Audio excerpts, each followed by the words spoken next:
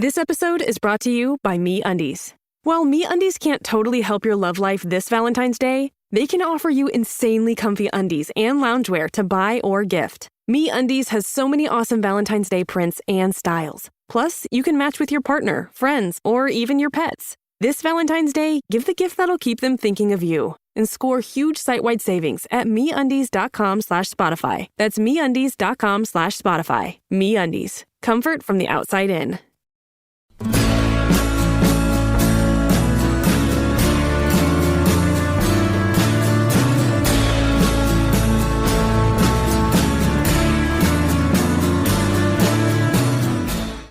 Olá, pessoal, bem-vindos a mais um episódio de Mil Crimes. Eu sou a Bruna e comigo está a Fabi. Oi, Fabi. Olá, bom dia, gente. Bom Tudo bom dia. com vocês? Começando então com uma novidade para quem não viu no nosso Instagram. Opa. A gente tá com uma nova integrante da equipe do Mil Crimes, que é a Jéssica. Então, a Jéssica é muito legal, ela tem um trabalho muito massa no Levante Negro.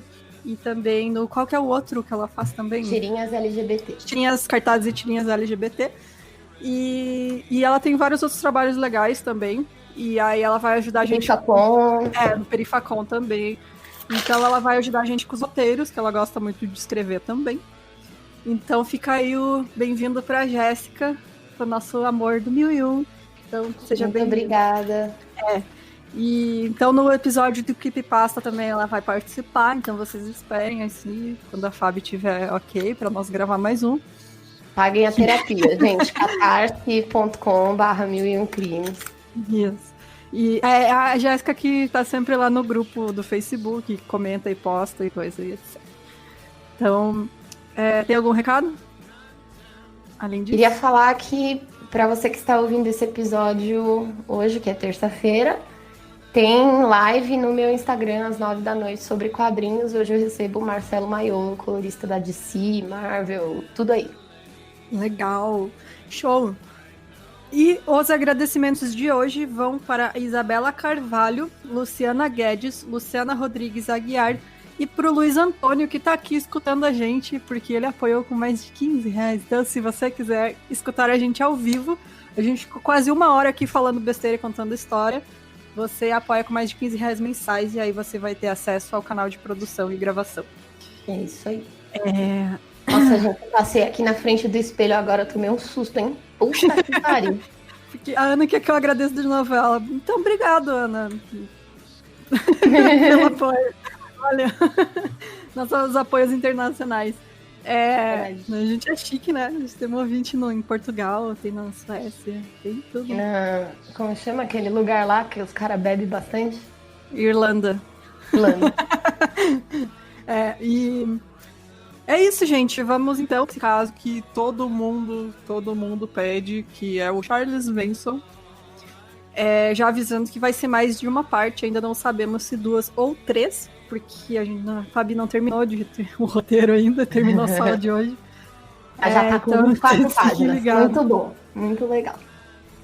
Já tá grande, então vocês tenham certeza que vai ter bastante coisa nesses episódios longos. E é isso, beleza? Vamos... última coisa, se você não recebeu o formulário ou não respondeu o formulário das canecas, você avisa a gente. Eu vou hoje, na verdade, pegar todo mundo que ainda não respondeu. Eu vou mandar e-mail direto, mas já avisando se você não recebeu. Fala pra gente que daí a gente precisa, pra encomendar as canecas, a gente precisa saber qual que é as estampas que vocês querem. Então, é isso. Vou ter que cancelar a gravação, porque acabei de ver que o Ivan Mizanzuki postou Projeto Humanos.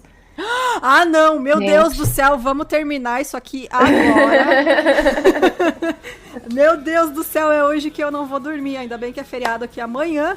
Então, é isso aí, gente, vamos lá. Então, já tô até animada pra fazer esse episódio agora, bora lá.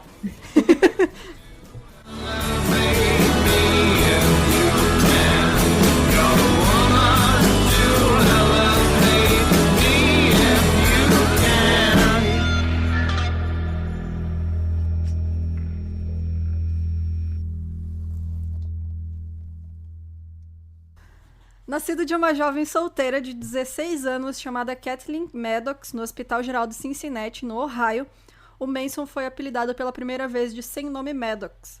E em poucas semanas ele era o Charles Miles Maddox. Então, por um período após seu nascimento, a sua mãe foi casada com um operário chamado William Manson, cujo sobrenome foi dado ao menino. O pai biológico dele parece ter sido um tal de Coronel Scott, contra quem Kathleen moveu um processo de bastardia que resultou em um julgamento acordado em 1937. Então, provavelmente, o Charles nunca conheceu o pai. Então, várias declarações no arquivo do caso do Manson em 51, dos 7 meses que ele passaria mais tarde na Escola Nacional de Treinamento para Meninos em Washington, aludem à possibilidade de que o Coronel Scott era afro-americano. Isso inclui as 2 primeiras frases da seção de antecedentes familiares que dizia: pai desconhecido. Ele teria sido um cozinheiro chamado Scott com quem a mãe do menino se envolveu na época da gravidez. E quando questionado sobre esses registros oficiais pelo advogado Vincent Bugliosi em 71, o Manson negou enfaticamente que o seu pai biológico tivesse ascendência afro-americana. E como a gente sabe, o Manson era muito racista e basicamente um neonazista. O cara tem até uma suástica na testa, né? Então não tem nem como negar isso. E, obviamente, ele nunca ia admitir que ele tivesse qualquer ascendência ou descendência, não sei. É como se que ele fosse filho, né, de vai saber. afro-americanos. Então, já começa bem, né? Bom, na sua quase autobiografia, né, e quando eu digo quase alta é porque é baseada, assim, tipo, não tem... Não dá para saber se é verdade, né? Chama... Que ele mesmo escreveu e o livro chama em suas próprias... Não. Suas próprias palavras. Ou minhas próprias palavras, não tenho certeza. E ele fala sobre esse Coronel Scott e ele fala que ele é um jovem cowboy, trabalhador temporário de um projeto de barragem ali da região. A descrição está em um parágrafo que indica que Kathleen Maddox deu à luz a Manson enquanto vivia em Cincinnati, depois que ela fugiu de sua própria casa em Ashland, Kentucky. Eu cheguei a ler o livro, mas é porque eu não sei se é... Eu li em inglês, então eu não sei se a tradução é... A gente vai deixar no post aí. Sim. A Shirley vai deixar no post, né? Vai deixar. Bom, a mãe do Marilyn Manson não, né, gente? Coitado, cara. Não, Marilyn Manson, não. Olha, vai ser o programa inteiro, vai ser a gente Vai ser assim. chamando de Marilyn Manson. A mãe de Charles Manson, ela supostamente bebia muito, né? E de acordo com um membro da família, uma vez ela vendeu ele em troca de uma jarra de cerveja para uma garçonete que não tinha filhos. E aí depois o tio do Manson resgatou ele alguns dias depois. Quando a mãe dele e o seu irmão foram condenados a 5 anos de prisão por roubarem um posto de gasolina em Charleston, no West Virginia, em 1939, ele foi colocado na casa de uma tia e de um tio em McMaster, West Virginia também. Então, tipo, deram a guarda para esse tio e para essa tia, com quem, inclusive, ele até morou um tempo depois. E depois da liberdade condicional, em 1942, né, da mãe dele, ela resgatou o Manson de volta e viveu com ele em quartos de hotéis por aí, que era, tipo, pulgueiro, assim, sabe? E o próprio Marilyn Manson, mais tarde, caracterizou o abraço físico dela no dia em que ela voltou da prisão como a sua única lembrança feliz da infância. É muito triste, querendo ou não, é a mãe dele, né? Complicado. Ela teve ele muito novo e tinha problemas com bebida, então realmente era muito complicado mesmo, né, essa relação dela. Eles eram aqueles que o pessoal chama de white trash, tá ligado? Eu ia comentar isso, white trash. É lixo branco, né, que chama, que são pessoas extremamente pobres que são brancas, né, nos Estados Unidos. É só isso, assim, tipo, os caras são... É muito louco, né, gente, essa diferenciação, assim, como se, tipo, ser branco fosse, sabe, pelo menos é branco, sabe, assim? Exato. Tipo, é muito sinistro. Mas eles eram isso, tipo, eles eram uma família muito pobre, mas ele tinha esse tio e essa tia, né, que eram menos piores, assim, mas complicado, né, você ter uma relação dessa com a sua mãe, né? Ela falou Marilyn Manson de novo. Ai, Bom, como eu comentei, né? A gente não vai refazer tudo, porque vai ficar confundindo Marilyn Manson o programa inteiro, porque a gente é muito fã do Marilyn Manson. Mas, né, acontece. ai, gente. Fala só Manson. Vou falar só Manson, vai desculpa. ser complicado isso aqui. Coitado, Marilyn Manson. Pessoal desesperado no chat. Meu Deus, só fala Marilyn Manson. Vou falar só Manson, gente, desculpa. Marilyn Manson. Bom, enfim, em 47, a Kathleen tentou colocar o filho em um lar adotivo, mas falhou porque esse lar não estava disponível. E aí o tribunal colocou ele na Gilboa School for Boys, que ficava em Terre Haute, na Indiana, e após 10 meses ele fugiu de lá para sua mãe, que o rejeitou. Isso marca muito ele, né? Essa rejeição da mãe dele, não queria ele de volta. Então, ao cometer o roubo de uma mercearia, ele obteve dinheiro que lhe permitiu alugar um quarto, e aí uma série de roubos em outras lojas, incluindo uma da qual ele roubou uma bicicleta, terminou quando ele foi pego em flagrante. E aí ele foi enviado para um centro juvenil em Indianápolis, e sua fuga, após um dia, levou a sua recaptura e colocação na escola Boys Town. Eita, que tá difícil hoje. Então, 4 dias após a sua chegada lá, ele escapou com outro menino, e a dupla cometeu 2 assaltos à mão armada a caminho da casa do tio do outro menino. Então, pego durante a segunda de suas invasões subsequentes de supermercados, o Manson foi enviado aos 13 anos para a Indiana Boys School, onde ele diria mais tarde foi brutalizado sexualmente e de outras formas.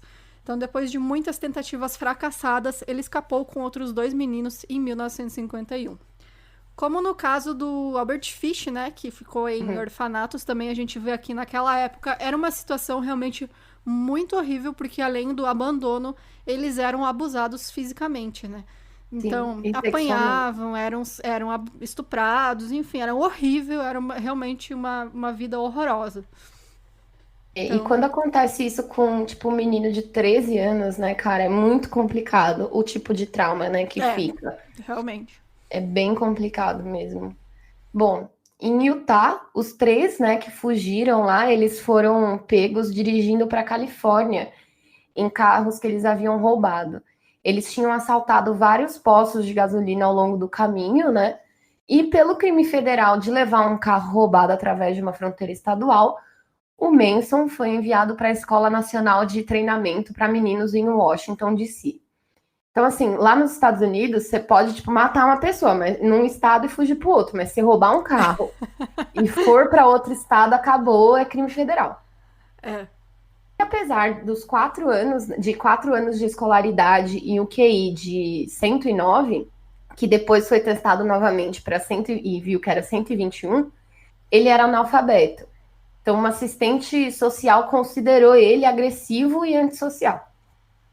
Mas ele era, tipo, um cara que tinha ali um potencial, né? Pra ser um cara massa, tá ligado? Só que... se tivesse a vida, né, estável e tal, Exato, não exatamente. ia É dar porque merda. a gente já falou isso com vários casos, né? Tipo assim, quando o cara sofre abuso numa idade muito, muito nova, é muito complicado, porque pode ser que ele fique de boa, ou pode ser que ele vire um psicopata, assim, cara. É muito sinistro. E pode acontecer também, tipo, problemas psicológicos, né? Bom, Sim, tem aí sim. o vocalista do Linkin Park, né? O cara foi abusado quando era criança e a Sim. vida inteira ele não superou, porque é muito difícil mesmo, né, cara? Abuso Sim. infantil. E Muito acabou complicado. cometendo suicídio, né? Então, tipo, mesmo que o cara saia bem, né? Tenha uma vida boa depois, aquela vai ficar marca nele, né? Tipo, é muito difícil de superar isso mesmo. Sim. E, bom, em outubro de 1951, por recomendação de um psiquiatra, o Manson foi transferido para o Natural Bridge Honor Camp, uma instituição de segurança mínima.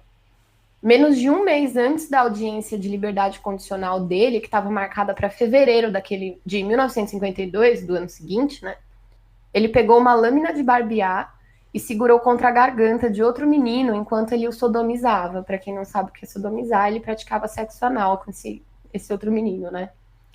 E aí, quando ele foi pego fazendo isso, ele foi transferido para o reformatório federal em Pittsburgh, na Virgínia, onde ele foi considerado perigoso. Em setembro de 1952, uma série de outras infrações disciplinares graves resultaram na transferência dele para o Reformatório Federal em Chillicothe, Ohio, uma instituição que já era mais segura, já não era mais para, tipo, o menino que não tem para onde ir, vem para cá, entendeu? Aí mandaram ele para um, tipo, lugar que só tem, gente, moleque que dá vontade. Sabe aquelas crianças chatas? Não, mas, tipo, mandaram ele para ficar num lugar que tinham crianças, né, e adolescentes que já tinham cometido crimes mais graves, né? Então, cerca de um mês após a transferência, ele se formou quase um residente modelo. Bons hábitos de trabalho e uma elevação em seu nível educacional da 4ª para a 7ª série lhe deram a liberdade condicional em maio de 54. Então, depois de honrar temporariamente a condição de liberdade condicional de morar com sua tia e o tio em West Virginia, aqueles mesmos tios, né, que eles tinham morado antes, ele foi morar com a mãe dele no mesmo estado. Em janeiro de 55, ele se casou com uma garçonete chamada Rosalie Jean Willis, com quem ele encontrou uma felicidade genuína, embora de curta duração. Ele sustentava financeiramente seu casamento por meio de pequenos empregos temporários e também roubo de automóveis, porque, né, por que não, né? Hábitos a gente não perde fácil assim. Então, por volta de outubro, cerca de 3 meses depois que ele e a sua esposa grávida chegaram a Los Angeles em um carro que ele tinha roubado em Ohio, o Manson foi novamente acusado de um crime federal por levar o veículo roubado para outro estado. Então, a mesma coisa que ele tinha feito antes. A mesma coisa. Então, após uma avaliação psiquiátrica, ele recebeu 5 anos de liberdade condicional. A sua subsequente falha em comparecer a uma audiência em Los Angeles por uma acusação idêntica apresentada na Flórida resultou em sua prisão em março de 56 em Indianápolis. E a sua liberdade condicional foi revogada e ele foi condenado a 3 anos de prisão em Terminal Island, que fica em São Pedro, na Califórnia. Então, ele passou muito, tipo assim, a infância dele, cara, é muito complicada, né? Tipo, foi levado de um lugar para o outro, aí sofria abuso, sabe? Não só dentro da casa dele ele sofria abuso, né? É porque, assim, eu percebo que tem umas coisas que, tipo, criança e adolescente não deveria passar, sabe? Tipo... Não, com certeza. Sabe, assim, você não tem um lugar seguro que você pode dormir. Tipo assim, imagina ele em casa, quando ele morava com a mãe, sem saber se, tipo... Será que ela vai chegar bêbada hoje? Será que ela vai aparecer com um cara aqui? Será que esse cara vai me machucar? Tipo, sabe, será que eu vou ter onde dormir amanhã? E fica, tipo, pulando de hotel em hotel. Então, assim, tem coisa que criança nenhuma tinha que passar, sabe? Criança tem que estudar, tá ligado? É só isso. Enfim, né? No mundo perfeito, né, gente? A gente sabe muito bem como é que é.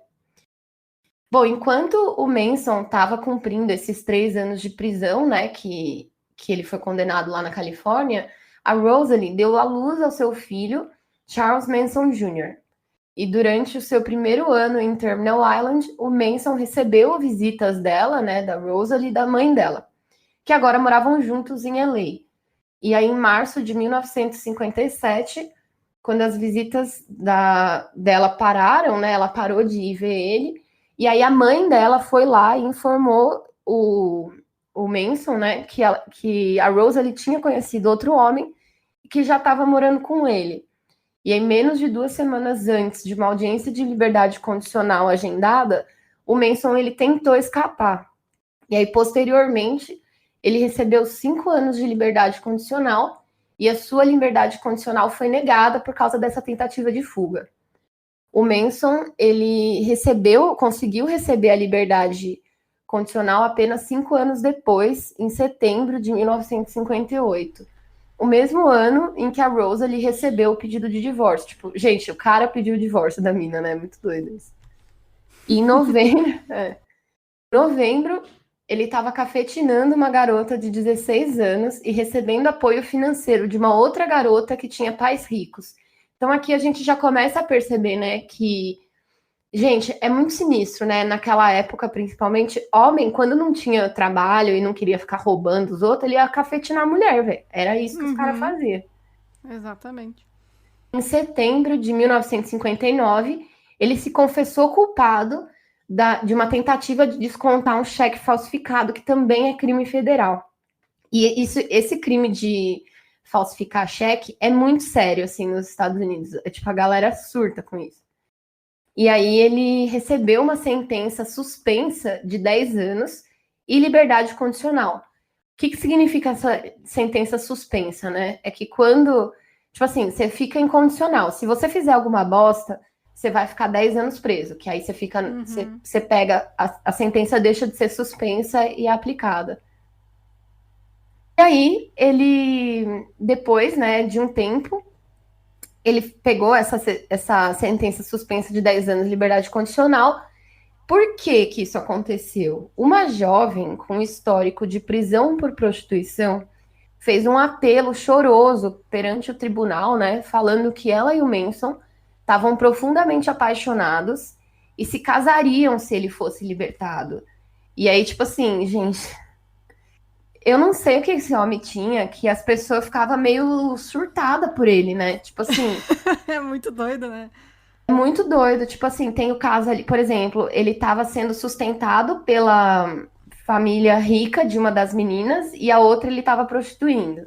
E aí, tipo, aqui, uma outra menina chegou e falou assim: não, seu juiz, a gente vai se casar, a gente tem um futuro pela frente, não sei o que lá. E aí, antes do fim do ano, a mulher, de fato, ela se casou com ele, possivelmente para que o testemunho contra ele não fosse exigido dela e para que também não desse bosta, né? Porque se ela chega e fala assim, o juiz fala, bom, vocês não iam se casar, não, gente? Por isso que eu não prendi o cara. Mas é que lá eles têm leis que dizem que a mulher não é obrigada a testemunhar contra o marido se ele cometer um crime. Ou o marido testemunhar contra a mulher. Então, se você é casado, você não precisa entregar a pessoa, mesmo que você saiba que ela cometeu um crime. Exatamente. Então, mas o Manson é um caso muito doido, porque ele tinha muita lábia. E é aquela lábia de maluco, né? Que tu começa a escutar, coisa, papo de maluco, né?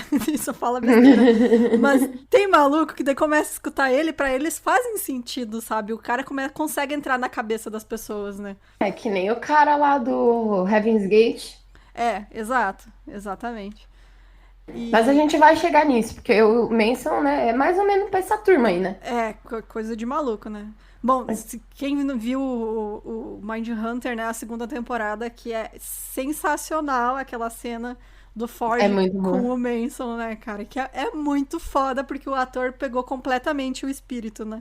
O modo de falar, é o mesmo cara que fez o Era Uma Vez em Hollywood. Que Exato, ele é a cara do Manson, né? Aquele cara... cara. Ele é igual. E ele pega bem o espírito do cara, que é falar um monte de baboseira sem sentido, que pra ele faz sentido, né? E fazer parecer tipo coisa inteligente.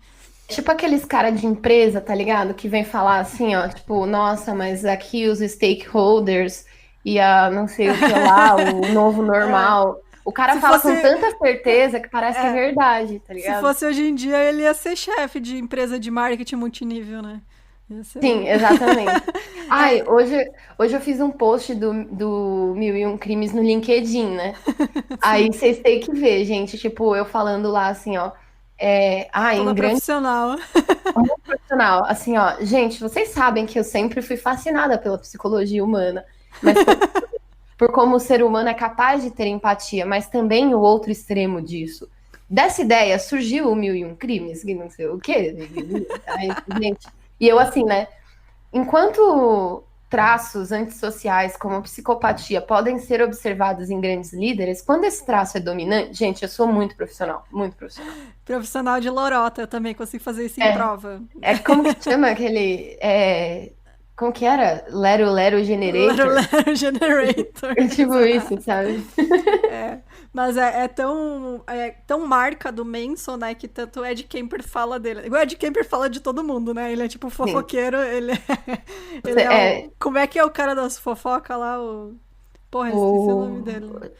Eu ia falar Walter Mercado, tadinho. Walter Mercado é uma bonzinha. Tadinho, cara. Não, ele era a Fifi mesmo, que a Bruna tá dizendo. A Fifi da prisão. Ele falava Sônia Abrão da prisão. Sônia Abrão. De quem os caras chegavam lá, o FBI, quer falar de fulano. E ele falava, né? Não tinha mais o que fazer. E aí ele comenta que o Manson gosta de aparecer, né? Ele é super egocêntrico. E realmente, o cara gostava de falar. E se tem alguém que tava disposto a ouvir, aí sim é que ele não parava. Gente, a Indira, que é uma ouvinte que acompanha o podcast aqui ao vivo, ela falou um negócio muito engraçado que eu quero ler. Ela falou assim, ó. É bem perfil de estudante de humanas. De chinelo de couro, não toma banho, vem com uns papos transcendental, fala de disco voador e come um pessoalzão. Esse é o mês. É bem isso aí, papo de maluco. Vem falar aquelas religião doida, sabe? De cristal e coisa. Ai, gente. Bom, o nome dessa moça que fez o apelo tão bonito e casou com ele era Leona. E como prostituta, ela usava o nome de Candy Stevens. E depois que o Manson levou ela e outra mulher da Califórnia para o Novo México para fins de prostituição, ele foi detido e interrogado por violação da Lei Mann, que a Mann Act é uma lei federal que proíbe transportar mulheres ou garotas para fins de prostituição, libertinagem ou qualquer outro propósito imoral. Eu vou fazer uma observação aqui no imoral, porque, ai, gente, coisa de conservador, né? Tipo, você não pode transportar as mulheres pra fazer uma orgia, vocês todo mundo consentido, não, porque é imoral, tá? Não pode. Exato. Pois é, mas enfim, assim, né, cara, se só todo mundo falar... concorda... Desculpa, vou falar. Não, tipo, tu vai provar como que ele tava levando de prostituta? Você só ele falou, não, são minhas amigas aqui, a minha mulher é minha amiga, o que vocês vão fazer? E aí? Ele era Então, casado com ela? acho que assim é... Eu acho que é, tipo, você pega em flagrante, tá ligado? Uhum. Tipo, sei lá, você vê, tipo, o cara e a garota tá se prostituindo ali num canto, o cara tá aqui esperando dentro do carro com um bolo de dinheiro, tá ligado? Uhum. Eu acho que é, tipo, alguma coisa assim, sabe? Uhum. Bom, e embora ele tenha sido libertado, ele evidentemente suspeitava com razão que a investigação contra ele não tinha terminado. Então, quando ele desapareceu, em violação de sua liberdade condicional, um mandado foi emitido e seguiu-se uma acusação em abril de 1960 por uma nova violação dessa mesma lei Mann. Então, preso em Laredo, no Texas, em junho, quando uma das mulheres foi presa por prostituição, o Manson foi devolvido a Los Angeles. E por violação de sua liberdade condicional na acusação dos cheques falsos, então ele foi condenado àquela sentença de 10 anos que estava suspensa. Então, alcançou ele, né, aquela sentença foi lá. tipo assim. Então, em julho de 1961, depois de passar um ano sem sucesso apelando para a revogação da sua liberdade condicional, ele foi transferido para a cadeia do condado de Los Angeles, para a penitenciária dos Estados Unidos na ilha McNeil. Embora essa acusação da lei Mann tenha sido retirada, a tentativa de descontar o cheque ainda era um crime federal. Então, a sua revisão anual de setembro de 61 observou que ele tinha um tremendo impulso de chamar atenção para si mesmo, uma observação feita em setembro de 64. Então, em 63, a Leona obteve o divórcio, cujo processo ela alegou que ela e Manson tiveram um filho chamado Charles Luther. Então, tá aí, mais uma vez, ele vai pra prisão e as mulheres largam dele. Porque passa o encanto, né? Ele tá mais perto pra falar, lorota. Daí... Exatamente. Tipo assim, esses casos de grooming, né, que é esse negócio de você ficar manipulando a pessoa, é uma coisa que tem que ser diária, assim, né? Tem que ser todo dia lá, forçando a cabeça das pessoas. Tanto que, tipo assim, quando essas meninas ficavam, tipo, uma semana longe do Manson... Elas não voltavam. Não voltava, tipo, que já falava, mano, o que eu tô fazendo, sabe, da minha vida? Que é esse cara? Cai a ficha, né? O cara não tá mais ali falando, cai a ficha. Exatamente. Bom, em junho de 1966, ele foi enviado pela segunda vez para Terminal Island, né? Ele já tinha ido para essa prisão antes. E depois de 7 anos encarcerado, ele conseguiu uma audiência onde foi determinada a sua liberdade condicional por bom comportamento. Em 21 de março de 1967, no dia da sua libertação... Não, desculpa aqui. Em 21 de março de 1968, no dia da sua libertação, ele já havia passado mais de metade dos seus 32 anos em prisões e outras instituições, como reformatórios, né? Então, contando às autoridades que a prisão havia se tornado seu lar, ele solicitou, só que sem sucesso, que ele fosse permitido ficar na prisão. Ele queria ficar. Não, já chega. Que eu tô aqui. A vida adulta não quero mais. Devia ter deixado. Devia ter deixado. Devia ter falado, fica, filho, pode ficar. Você quer ficar, fica aí, pô. E Enfim, era um fato inédito ali, né? Tipo, meio doido isso daí, mas é, isso daí foi mencionado em uma entrevista na televisão com um cara chamado Tom Snyder, que era tipo um apresentador desses Jô Soares, assim, sabe? E, bom, no dia da sua libertação, o Manson solicitou e obteve a permissão para se mudar para São Francisco, onde, com a ajuda de um conhecido da prisão, ele se mudou para um apartamento na cidade de Berkeley. E na prisão, o ladrão de bancos, Alvin Karpis, o ensinou a tocar violão. E aí, Tá bom. beleza, né?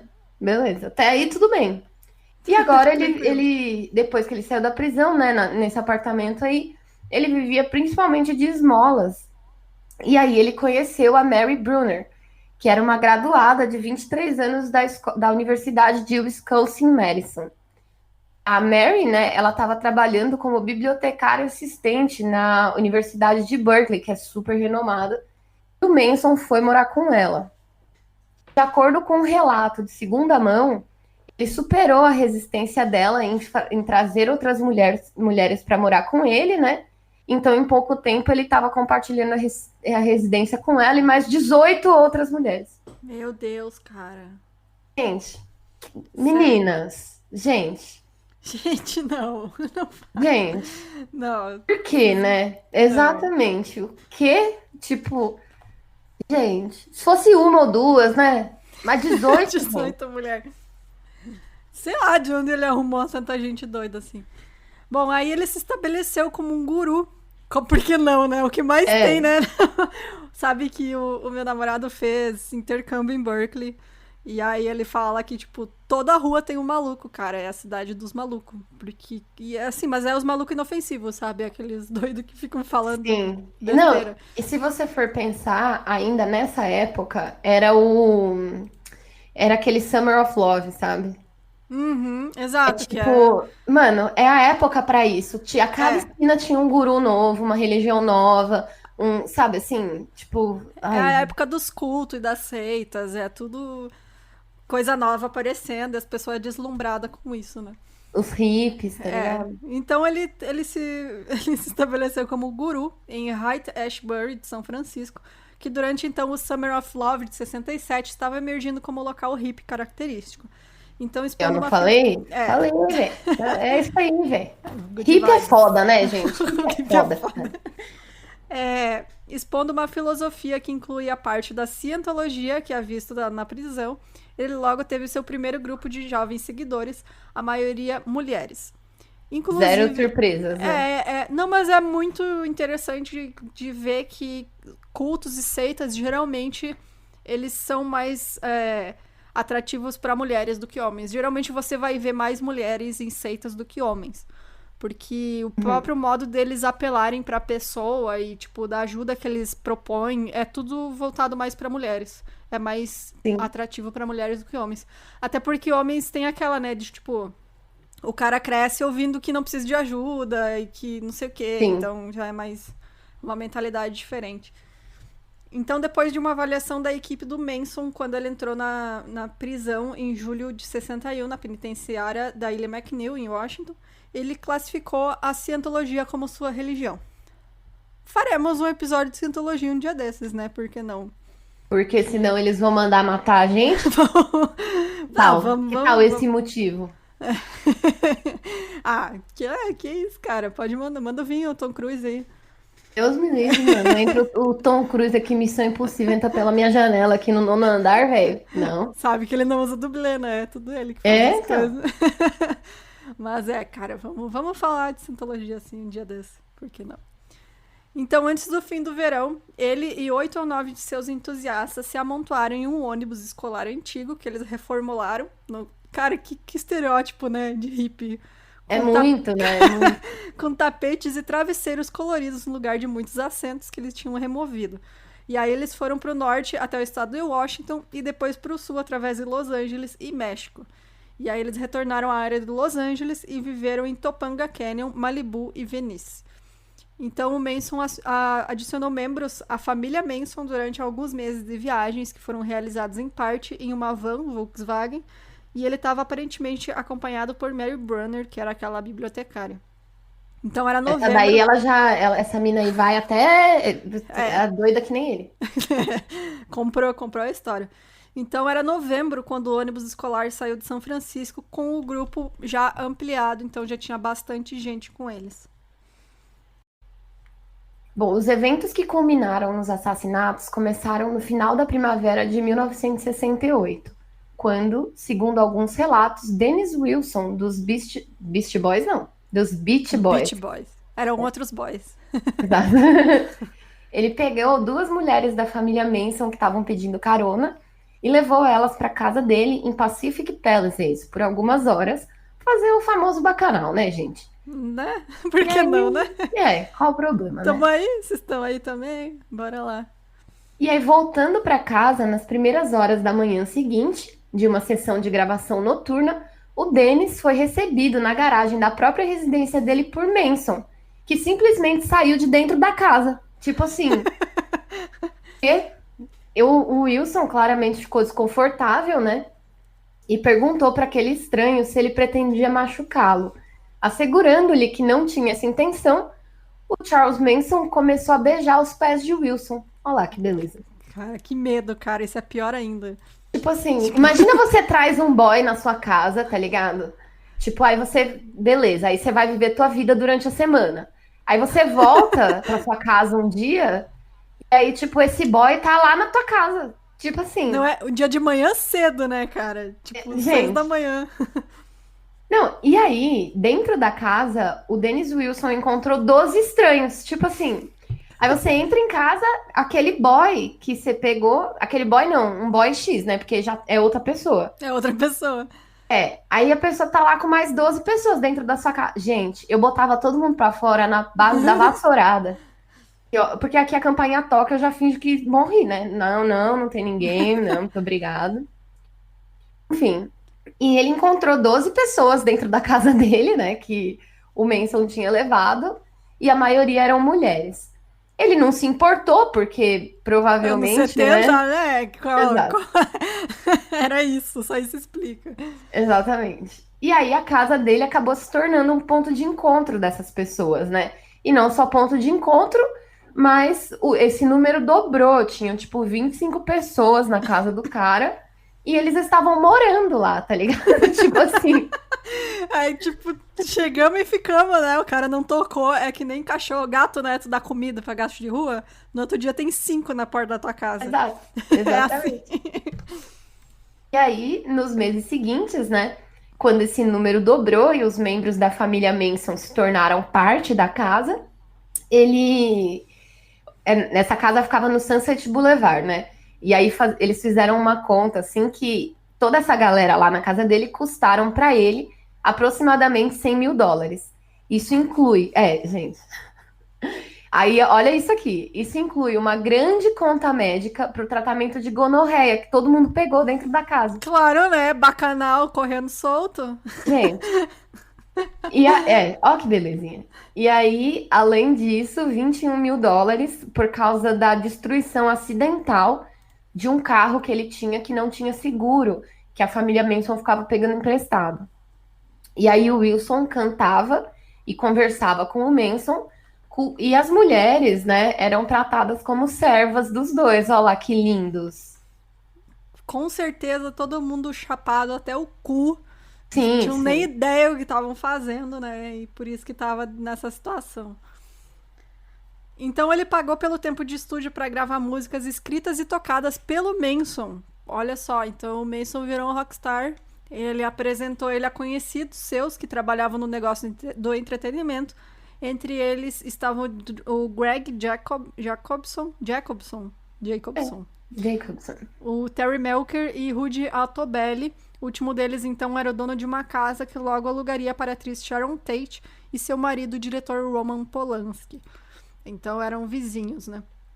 Sim. O Jacobson, então, que ficou impressionado com o Charles Manson, que se apresentava como artista, levava um estilo de vida regado a drogas e mulheres, além de ser endeusado e considerado um filósofo por todos aqueles que o seguiam.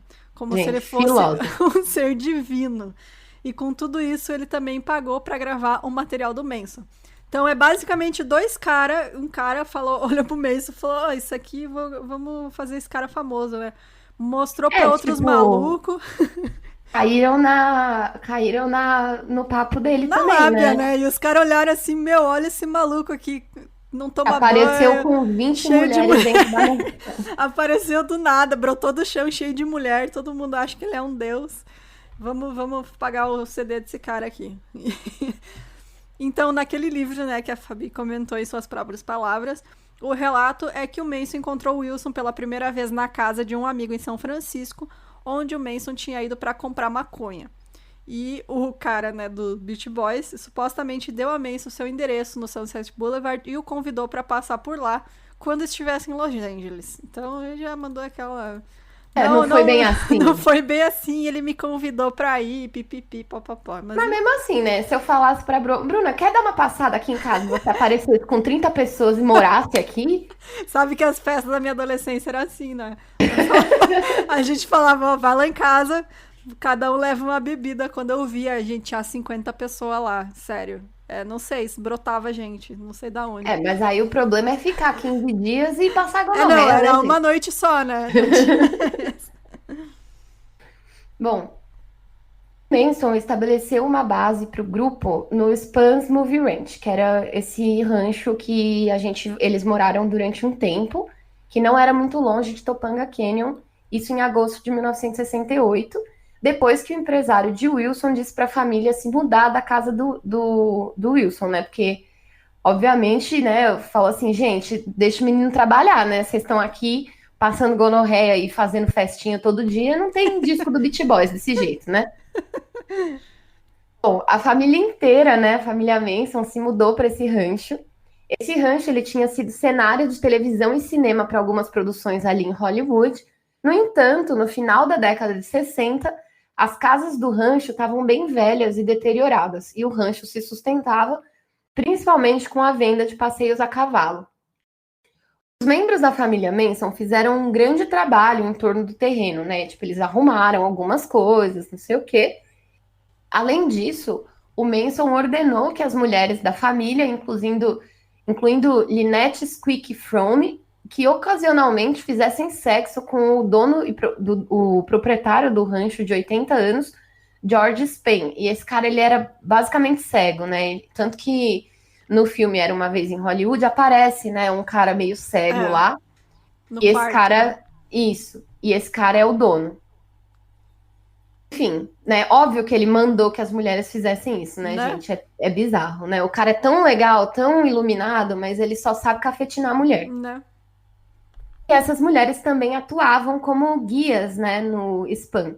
Tipo, ali na região, elas faziam esses passeios, né, para turista e tal. Em troca disso, né, o Spam, que era o dono, né, o George Spam, permitiu que o Manson e o seu grupo vivessem no rancho de graça. E aí a Lynette Squeak adquiriu esse apelido porque ela costuma... Porque Squeak é tipo dar um gritinho, assim, sabe? E aí eles começaram a chamar ela de Squeak porque costumava fazer barulho. Ela fazia esse barulho quando o dono do rancho beliscava ela. Gente, é muito horrível isso, né? O novo membro chegou no grupo, né, e se juntou com a família Manson no rancho Spam. Esse cara era o Charles Watson. E o Watson era um texano de uma pequena cidade que abandonou a faculdade, se mudou para a Califórnia e conheceu o Manson na casa do Dennis Wilson. E aí o Watson, ele conheceu eles ele dava caronas para o Wilson enquanto ele precisava, porque os carros tinham sido destruídos pela família Manson. Show, hein? Que beleza, né? Bom, hein? Que legal. Cara, merda, né? E o cara não se toca, tipo, os caras destruíram o carro dele e ele indo de carona pro trabalho. Também, mano, acordava, tomava chá de cogumelo, chá de pita, sabe? Devia ser isso aí. Né? Então o dono do rancho, o Spam, apelidou o Watson de Tex por causa do seu sotaque texano, que era muito forte. Então, nos primeiros dias de novembro de 68, o Manson estabeleceu a família em uma sede alternativa nos arredores do Vale da Morte, onde ocupavam 2 fazendas não utilizadas ou pouco usadas, que eram Myers e Barker. A primeira para a qual o grupo havia se dirigido inicialmente pertencia à avó de uma nova mulher da família Manson, e o último pertencia a uma senhora local idosa a quem o Manson se apresentou e também apresentou a ela um membro da família, que era aí um homem, dizendo que eram músicos que precisavam de um lugar adequado para seu trabalho. E aí, quando a mulher concordou em deixar eles ficar lá se eles fizessem trabalhos manuais ao redor da fazenda e das coisas, o Manson presenteou ela com um dos discos de ouro dos Beach Boys que o Dennis Wilson tinha dado de presente pra ele. Oh, legal, gente. Tipo assim, ele ficou mega amigo desse cara, né?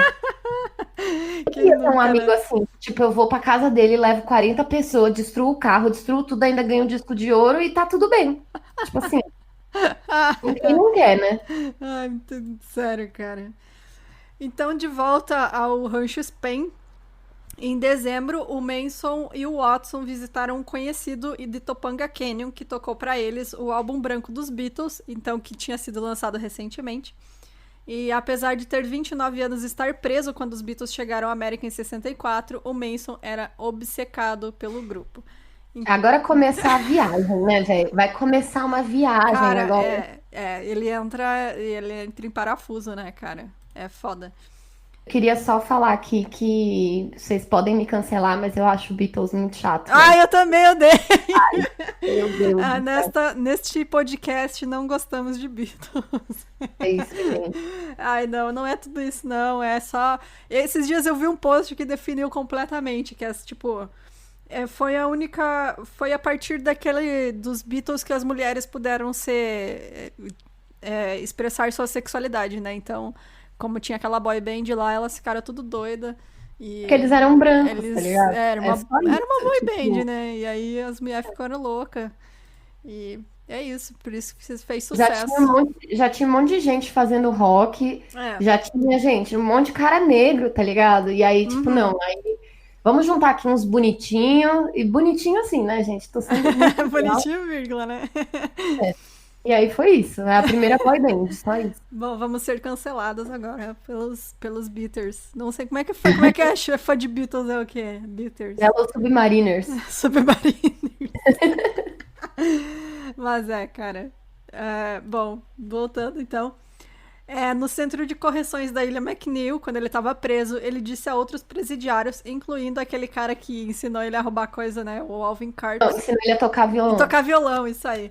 Que poderia superar o grupo em fama. Né? Diz que ia ser mais famoso que os Beatles. E para a família Manson, ele se referia aos Beatles como a alma e parte do buraco do infinito. O que quer que isso queira dizer.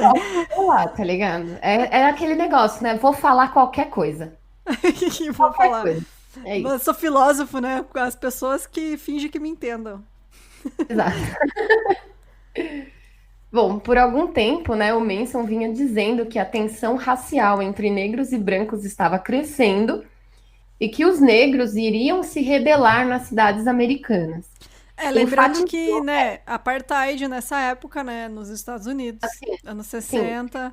Teve o assassinato do Martin Luther King, né, que foi em abril de 1968, e aí ele enfatizou esse fato, né, para falar que, tipo, olha, eles vão atacar a gente, né, tipo,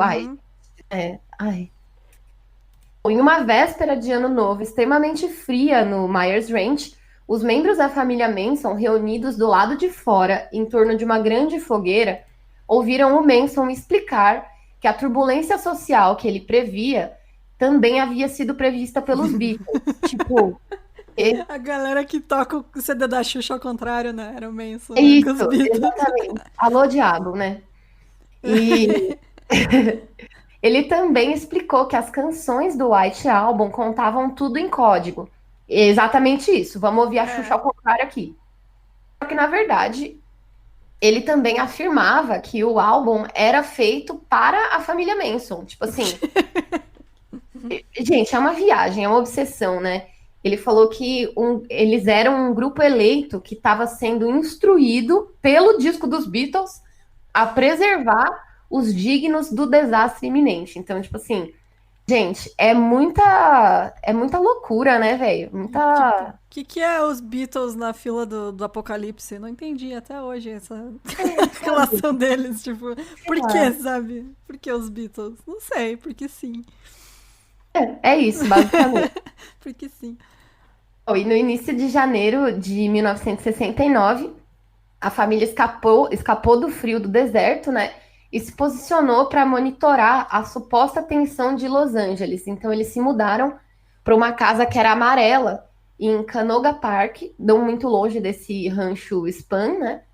E como esse local permitia ao grupo permanecer, abre aspas, submerso sob a consciência do mundo exterior, fecha aspas, o Manson chamou o lugar de Yellow Submarine, em outra referência aos Beatles. Gente, uma salva de palmas, né? E esse cara é Ai, criativo, velho. Puta que ai, pariu. parabéns.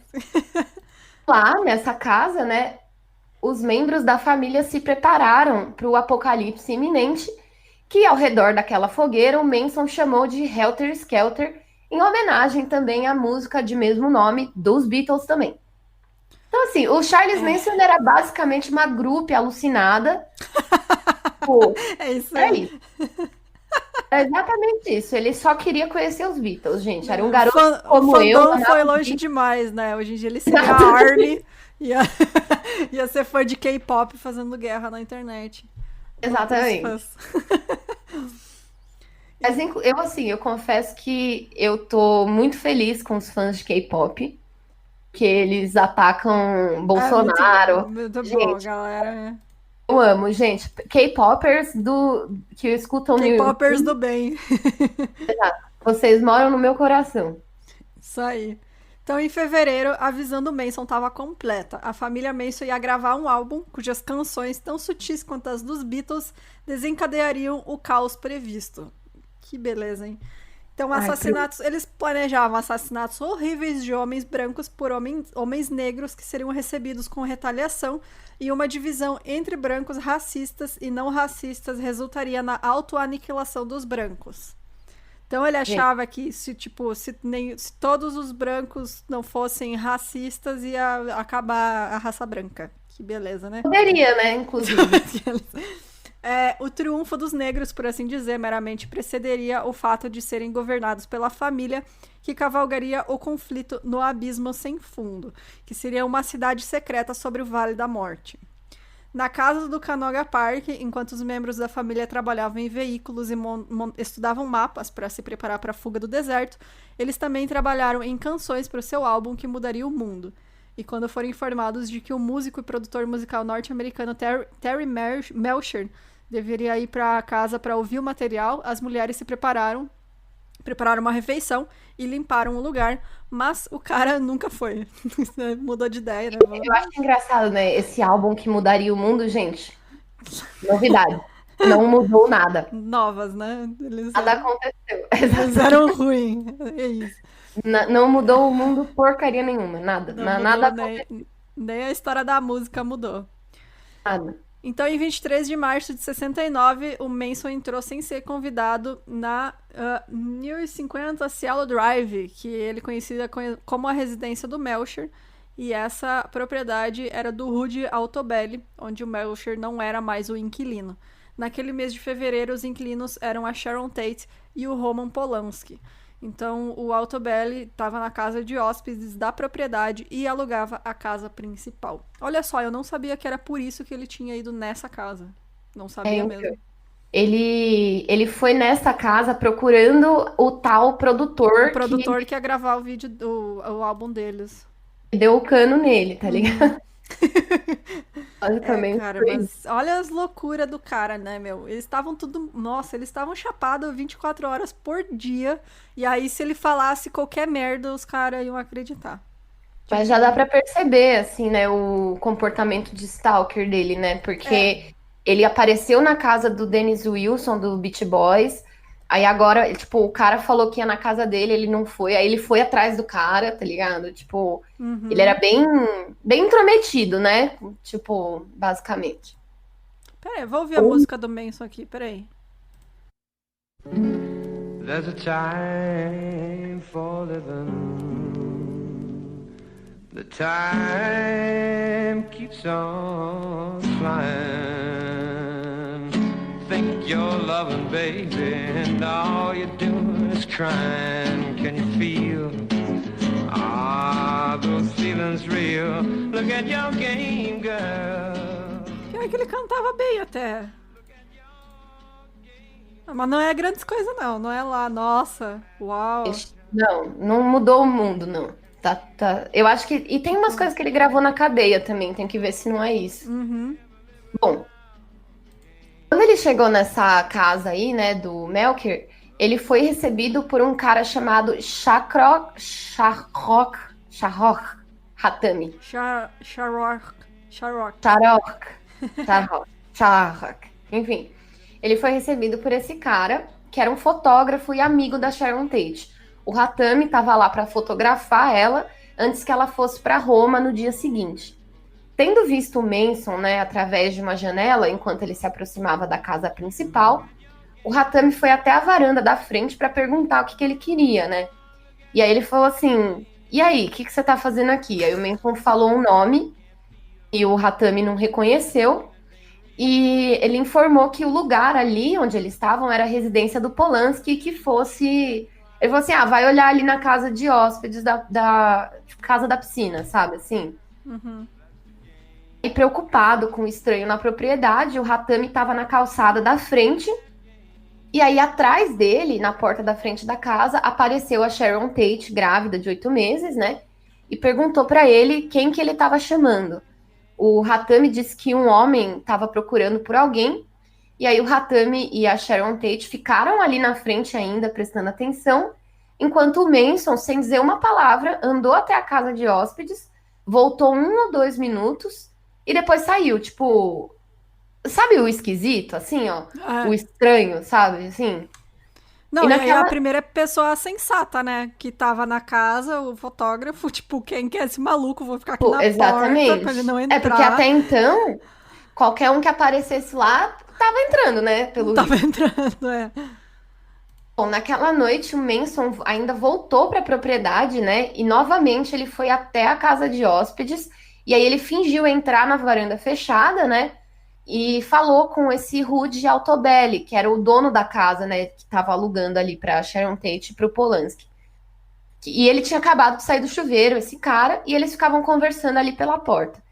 Embora o Manson tenha perguntado, né, ele falou, cadê o Melker, né, que é aquele produtor que ele tinha procurado, o Altobelli, ele sentiu que, na verdade, o Manson estava procurando por ele mesmo, não pelo cara lá, né, mas... Daí é, tipo assim, por que ele tá... Não sei, também vai saber. É. Então eles ficaram conversando ali através da porta de tela interna e o cara falou pro Manson que o Melker tinha se mudado pra Malibu e ele até mentiu que não sabia o novo endereço. E em resposta à pergunta do Manson, ele disse que ele próprio estava no negócio do entretenimento, embora tendo conhecido o Manson no ano anterior, na casa do Dennis Wilson, ele tinha certeza que o Manson já sabia disso. Então, por isso, né, que ele... Tipo, o cara não tá aqui, vai você mesmo, né? Então, na casa do Dennis Wilson, o Altobelli tinha elogiado o Manson em algumas de suas gravações musicais que o Wilson estava tocando. E quando ele informou para o Manson que estava saindo do país no dia seguinte, o Manson disse que gostaria de falar com ele quando ele voltasse. E ele mentiu que ficaria fora por mais de 1 ano. Deu um miguezão, né? Eu faço isso direto, nossa, direto. Não vou estar nem aqui. Direto, vou ficar faço 1 ano isso. fora.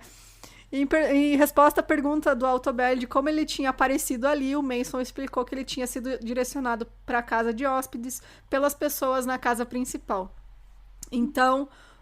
o Altobelli falou assim, não incomoda os inquilinos, por favor. E o Manson saiu. Então, enquanto o Altobelli voava com a Sharon Tate para Roma no dia seguinte, ela perguntou para ele se aquele cara de aparência assustadora tinha voltado para casa de hóspedes no dia anterior. Então, cara, o Manson realmente tem uma cara de maluco, né? Aquele olhar dele é muito maligno, que você vê que o cara é Crazy Eyes completamente. Em maio de 1969... O Terry Melker, que é aquele cara que ele queria encontrar de fato, visitou o Rancho Spam para ouvir o Manson e as mulheres cantando, né? Ele foi lá e depois ele acho que gostou do que ouviu, porque ele arranjou uma segunda visita não muito tempo depois, na qual ele levou um amigo que tinha uma unidade de gravação móvel, que é tipo assim, ó, imagina um trailer de gravação, basicamente. Só que aí ele levou esse amigo e ele mesmo não gravou o grupo, né? Em junho, o Manson estava dizendo para a família Manson que eles teriam que mostrar aos negros como começar o tal Helter Skelter.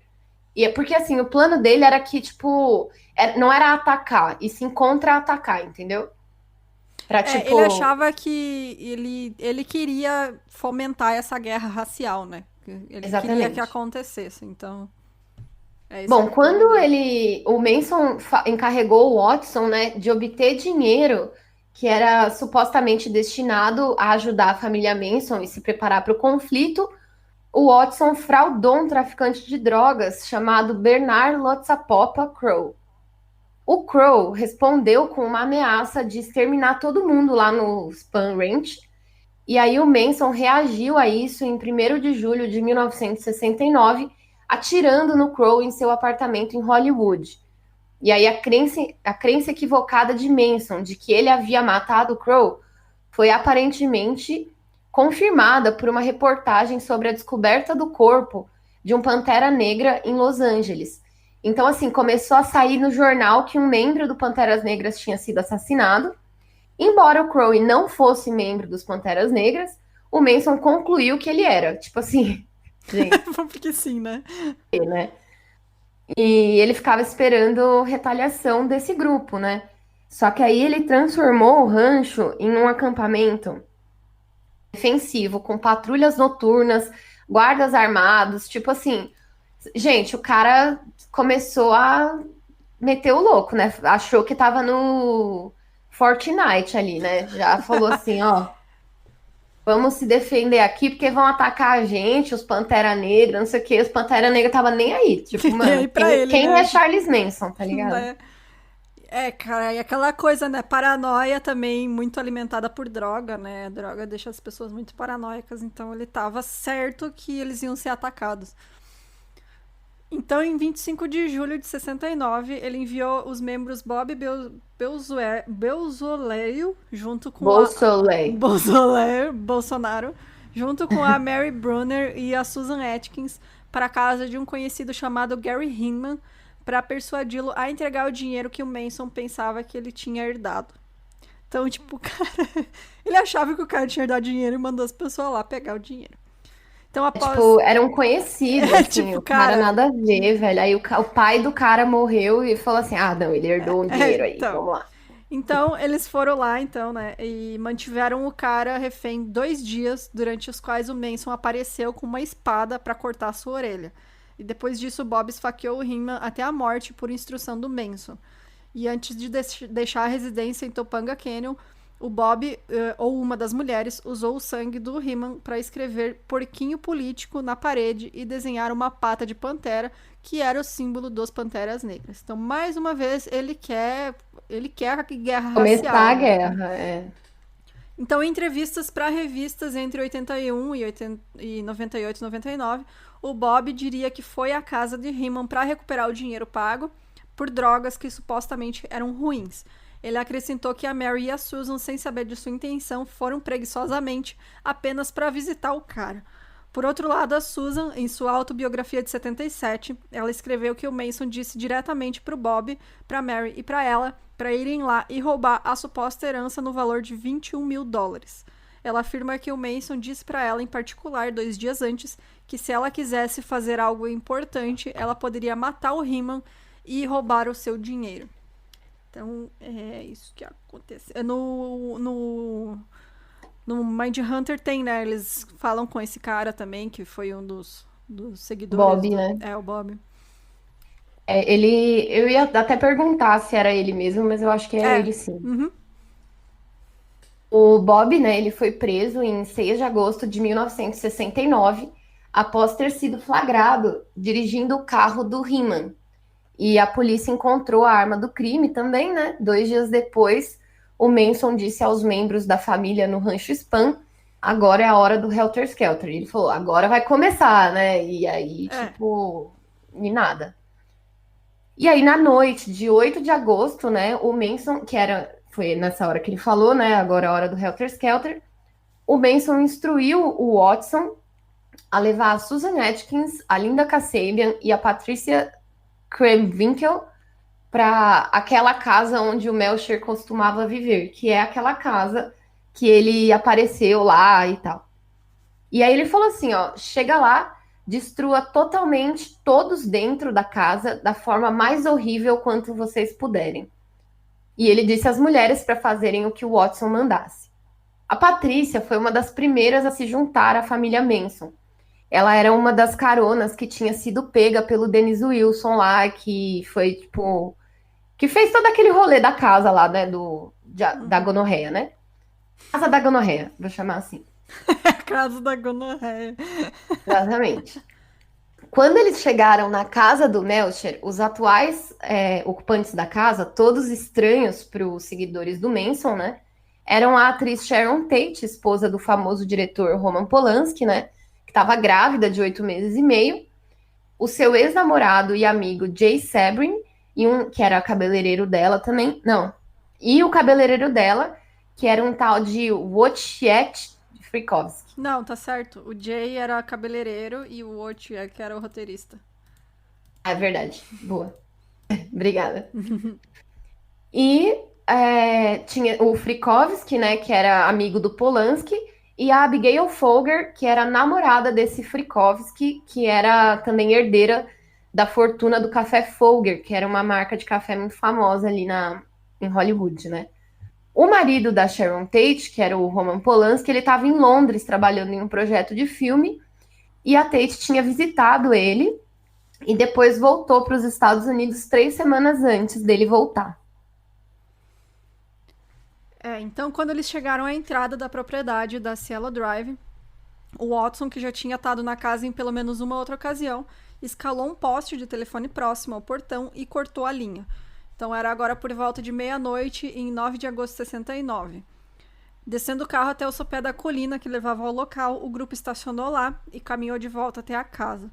Eles pensaram que o portão poderia ser eletrificado ou equipado com alarme, então eles escalaram um muro coberto de arbustos e caíram no chão. Só então faróis vieram de mais longe dentro da propriedade. O Watson ordenou que as mulheres deitassem nos arbustos, então ele saiu e ordenou que o motorista que se aproximava, que era o estudante de 18 anos, Steve Parent, parasse. Enquanto o Watson apontava o revólver calibre 22 para o Steven, o jovem, assustado, implorou para o Watson para não machucá-lo, alegando que ele não diria nada. Então, o Watson primeiro cortou Steven com uma faca, ferindo de uma forma defensiva na palma da mão, né, cortando tendões e arrancando o relógio dele de pulso, e depois atirou nele 4 vezes no peito e no abdômen. Então, ele ordenou que as mulheres ajudassem a empurrar o carro mais adiante na garagem. Depois de atravessar o gramado da frente e ter a Linda procurando por uma janela aberta na casa principal, o Watson cortou a tela de uma janela e disse para a Linda para vigiar perto do portão, e ela ficou lá. Então ele removeu a tela, entrou pela janela e deixou a Susan e a Patrícia entrarem pela porta da frente. Enquanto o Watson sussurrava para Susan, o Frykowski, que era o amigo do Polanski, acordou no sofá da sala. Então o Watson chutou ele na cabeça. E quando o Frykowski perguntou quem que ele era e o que estava fazendo lá, o Watson respondeu: "Eu sou o diabo e estou aqui para cuidar de assuntos do diabo." Essa frase ficou muito famosa, né, depois. Bom, seguindo as direções do Watson, né, a Susan encontrou os outros 3 ocupantes da casa com a ajuda da Patrícia. Ela levou eles para a sala de estar. O Watson começou a amarrar a Sharon Tate e o Jay Sebring pelo pescoço com uma corda que ele trouxe, né, e pendurou em uma viga. O protesto, né, de Jay Sebring sobre o tratamento áspero com a Sharon Tate, que estava grávida, né, levou o Wilson a atirar nele. A Abigail Folger foi momentaneamente levada de volta para o quarto para pegar a bolsa, e aí ela pegou de dentro da bolsa $70 e deu esse dinheiro para os invasores. Depois disso, o Watson esfaqueou Jay Sebring 7 vezes. As mãos do Frykowski foram amarradas com uma toalha, e aí ele conseguiu se libertar, e aí ele começou a lutar com a Susan, que apunhalou ele com a faca que ela tinha nas pernas, né? E aí, enquanto ele lutava para sair da porta da frente, vindo da varanda, o Watson chegou até ele, golpeou ele na cabeça com a arma várias vezes, esfaqueou ele várias vezes e disparou ainda 2 vezes. Ele bateu tanto nele com a arma que ele quebrou o cabo da arma nesse momento. E aí a Linda, que estava esperando, né, o grupo sair da garagem, na verdade a Linda ela estava escondida ainda, né? E aí ela começou a ouvir sons horríveis e aí foi por isso que ela saiu da garagem onde ela estava escondida. E em um esforço para tentar deter o massacre, né? Ela disse para Susan, tipo, alguém tá chegando, vamos sair daqui, vamos embora. Mas não adiantou. Ela se arrependeu, né? Tipo, Sim. na última hora. Então, dentro da casa, a Abigail escapou da Patrícia e fugiu pela porta de um quarto para a área da piscina. E ela foi perseguida até o gramado da frente pela Patrícia, que a esfaqueou. Ela foi abordada pelo Watson também, e seus 2 agressores a esfaquearam 28 vezes. Então, enquanto o Frykowski lutava para alcançar o gramado, o Watson o assassinou com uma onda final de esfaqueamento. Ele foi esfaqueado 51 vezes. Cara, é muito, nossa, né? É muito violento. Então, de volta a casa, a Sharon Tate implorou para ter permissão para viver o suficiente para ter seu filho e até se ofereceu como refém na tentativa de salvar a vida do seu filho que ainda não tinha nascido. Os seus assassinos não aceitaram nada, já que a Susan e o Watson mataram a Sharon Tate, que foi esfaqueada 16 vezes. Ele descreveu mais tarde que ela gritava pela sua mãe enquanto estava sendo morta. Mais cedo, quando os 4 membros da família saíram do rancho Spahn, né, para ir até lá, o Manson tinha falado para eles, para as mulheres, né, deixem um sinal que fosse algo mágico. E aí, usando a toalha que uma das mulheres tinha usado para amarrar as mãos do Frykowski, a Susan escreveu porco na porta da frente da casa com o sangue da Sharon. No caminho para casa, os assassinos trocaram de roupas, né, que eles estavam todos ensanguentados, e jogaram essas roupas nas montanhas junto com as armas. Em confissões iniciais, a colega de cela no Sybil Brand Institute, onde a Susan foi presa, ela assumiu que ela que matou a Sharon. Em declarações posteriores ao seu advogado, o promotor Vincent Bugliosi, e perante um grande júri, a Susan indicou que a Sharon tinha sido esfaqueada, na verdade, pelo Watson, né, o Tex Watson. Em sua biografia de 1978, o Watson disse que esfaqueou a Tate e que a Susan nunca a tocou. Como ele estava ciente de que o promotor e o júri que julgou os outros réus, no caso Tate LaBianca, que é o outro grande assassinato que a família Manson cometeu, né? Tava todo mundo convencido que a Susan tinha esfaqueado a Sharon. E ele, quando foi dar o testemunho dele, ele testemunhou falsamente que não foi ele. Então, ficou ali um jogando a culpa pro outro, né? Tipo, foi ela, foi ele, foi ela, foi ele. Só que aí no final, quando ele escreveu o livro dele, né, a biografia, aí ele assumiu de verdade, né? Mas no julgamento falou que não foi, né? É complicado. Grandes merda, né? Independente, né? Tava os 2 lá e queriam matar ela, tipo. Exato. Mataram os outros também. Mas cara, eu acho que esse é o pior pesadelo, né, velho? Tu tá em casa e aparecer gente estranha, maluca e matar todo mundo. Tipo, cara, sério, é muito horrível isso, muito horrível. Porque tu não tem nem como, tipo, tentar dialogar com o maluco, né? A pessoa tá lá pra te matar. Tu não tem o que fazer. Só aceita. Mas é isso, gente. A gente vai parar por aqui, porque ainda tem muita, muita coisa. A Fabi comentou, tem o caso LaBianca, né, também. Depois disso. E não sabemos ainda se vão ser 2 ou 3 episódios, mas... Então, semana que vem a gente continua. Fabi? Oi. Gente, espero que vocês tenham gostado. Espero que vocês tenham gostado do episódio. Desculpa aí, né, sempre dá uns errinhos aqui, mas a gente tá tentando. Mas é isso, gente. Esse caso que é muito pedido, né, por muita gente. Tem muito detalhe, né, porque foi muito bem documentado, né, com o tempo também. Ele é muito famoso. Então tem muita informação, por isso que é um episódio grande. E vocês, se quiserem mandar dicas pra gente, dica de caso. Teve um ouvinte que mandou um caso aqui da cidade que eu tô, né? Que é Chapecó. Que é tipo, é bizarro, que eu não conhecia. A gente vai fazer com certeza. Então, qualquer caso que vocês pensem, mesmo que seja conhecido, às vezes a gente esquece, né? Então, manda pra gente, pode mandar por e-mail, pelo Instagram também. Pelo e-mail é mais legal. É melhor por e-mail. E-mail é melhor, que a gente deixa salvo lá. A gente tem uma pastinha de sugestões, que a gente vai e sempre procura alguma coisa quando tá sem ideia. E beleza, é isso, gente. Se você quiser nos apoiar, entra lá no site milcrimes.com.br, vai ter o botão de apoio. E semana que vem vai ter o post desse episódio. Não vou dizer semana que vem, no último episódio sobre o Manson vai ter o post. A gente não sabe, então se vai ser 2 ou 3. Mas, né, vai ter lá o post com todas as informações. A gente vai botar os vídeos e etc. Então, beleza, finalizamos. Valeu, gente, pra quem tá aqui ouvindo. Beijo pra todo mundo. Falou! Obrigada aí aos apoiadores. Brigadão, gente. Qualquer coisa, sigam lá, Instagram, @1001crimes. E o meu é @porrafabizinha, Fabi _. Isso aí. Então, tchau. Tchau. Aê. Tchau. Usem o filtro do Instagram. Já era pra dar tchau? Eu dei tchau, né? Não sei. Eu dei. Deu? Se não dá agora. Tchau.